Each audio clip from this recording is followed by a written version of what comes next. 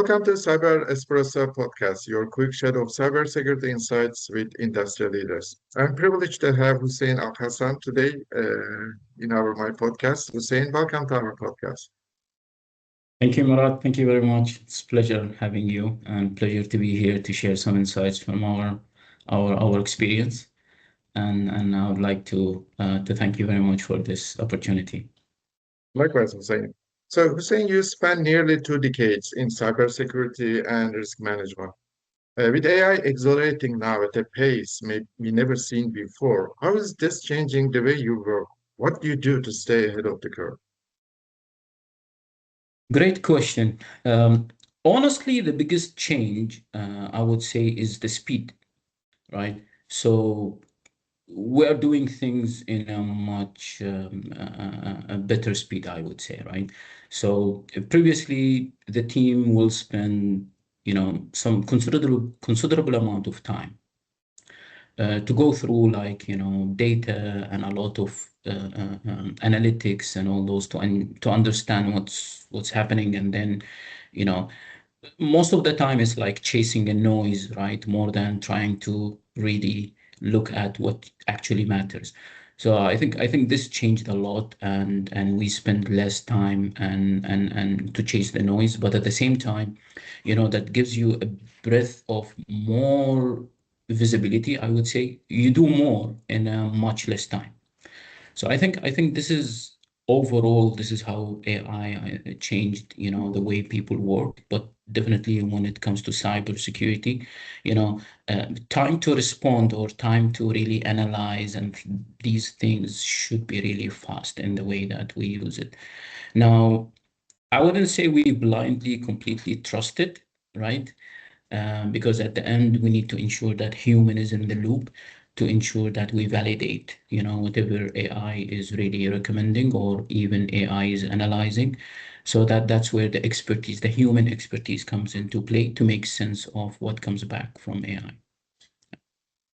Perfect. Now, So all the benefits that you are mentioning, saying, I'm sure there are some risks, concerns that you have as well with this adoption. Because as you modernize, as you go to this transformation with the power of AI, some of the legacy systems controls are not designed to basically, I would say, fight against the AI. How do yeah, you handle that concern? sure. So let me step back and then I'll come back to this question, right? Sure, So you asked absolutely. also how do we stay ahead, right? So in Mhm. my view, staying ahead is like, spending more time in setting the right governance in place, right? To ensure that you have the right framework, and this will include having the right principles in the AI lifecycle, oversight, risk management, continuous improvement. So I'm always thinking is like, AI as a disruptive technology is similar to, some sort of natural disasters, which is, I would give an example like heavy rain. You can't stop it from coming, but what you can do is you can prepare better, right? And try to ensure that you manage it better and well. So this is how, we look at it when it comes to really trying to stay ahead of the curve. Now, when it comes to the risks, right?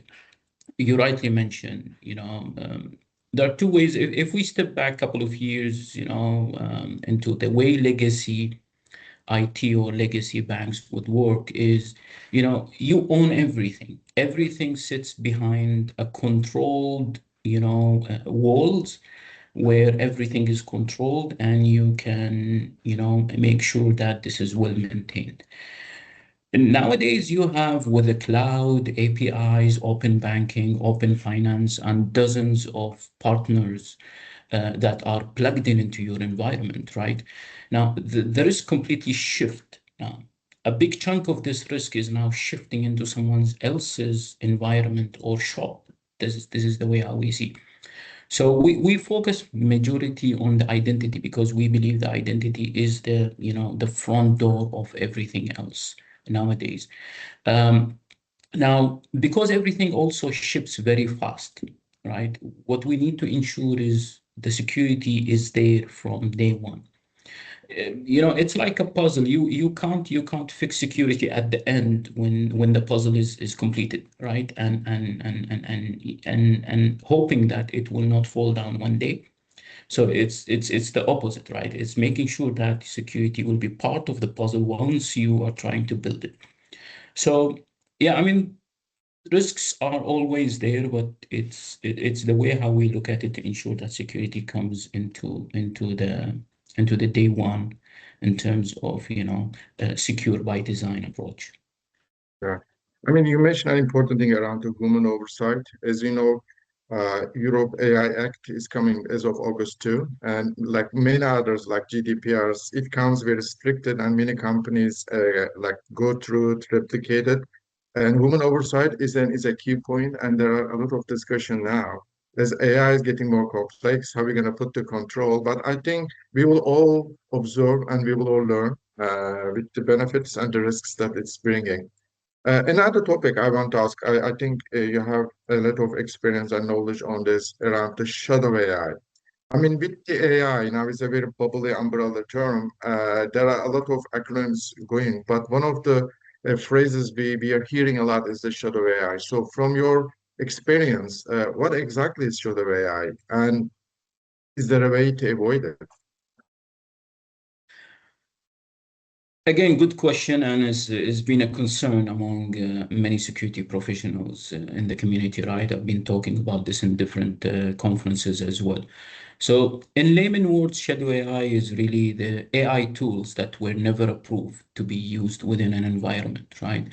Now, being it, usage of, analyzing data, or writing a piece of code, or even let's say giving a view in terms of troubleshooting something. So all this involves, of course, your data to be uploaded or to be used so that this whole thing to be to bring back the right results. Now, if we look at it, I don't think it's users or your employees trying to be reckless purposefully. They're trying to get their job done faster and in a better way, right? So everyone tries to find a way out on this one. Now, what doesn't work, of course, you trying to block and ban everything because, human is human. They will try to, find a way around every control that you try to put in place. I think as a leader, what we learned and what we have seen is we try to embrace the technology first and try to ensure that we give the people the right tools for them to do their work. But at the same time, have this open discussion of engaging of your users in terms of what do they think and how this can be better benefit for their day-to-day job, because at the end everyone knows how things their own I would say business processes works or how it should be done. So engaging them, trying to understand what problems that we're trying to solve and what are the use cases that can be addressed from their side. So again, equipping them with the right tools, but at the same time, this is where you gain the visibility and you know what's going on rather than allowing them to go on your behind to use such of these tools.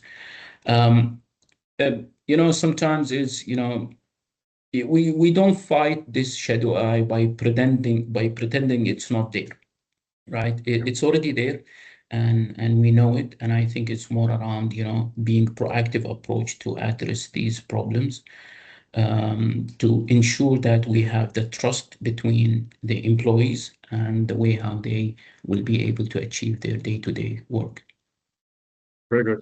Well, Hussein, I appreciate your insights. I really like your analogy. There will be rain, there will be heavy rain, there will be flood. But at the end of the day, we are coming back to the trust, right? As you rightly said. So the controls technology to a certain point. So we need to culturally, organizational need to build that trust. So I really like your analogy and bringing back to the human in the center and as the trust. So I appreciate your availability, being part of our podcast. I look forward to talking to you on other occasions. Thank you very much, Murat. Pleasure.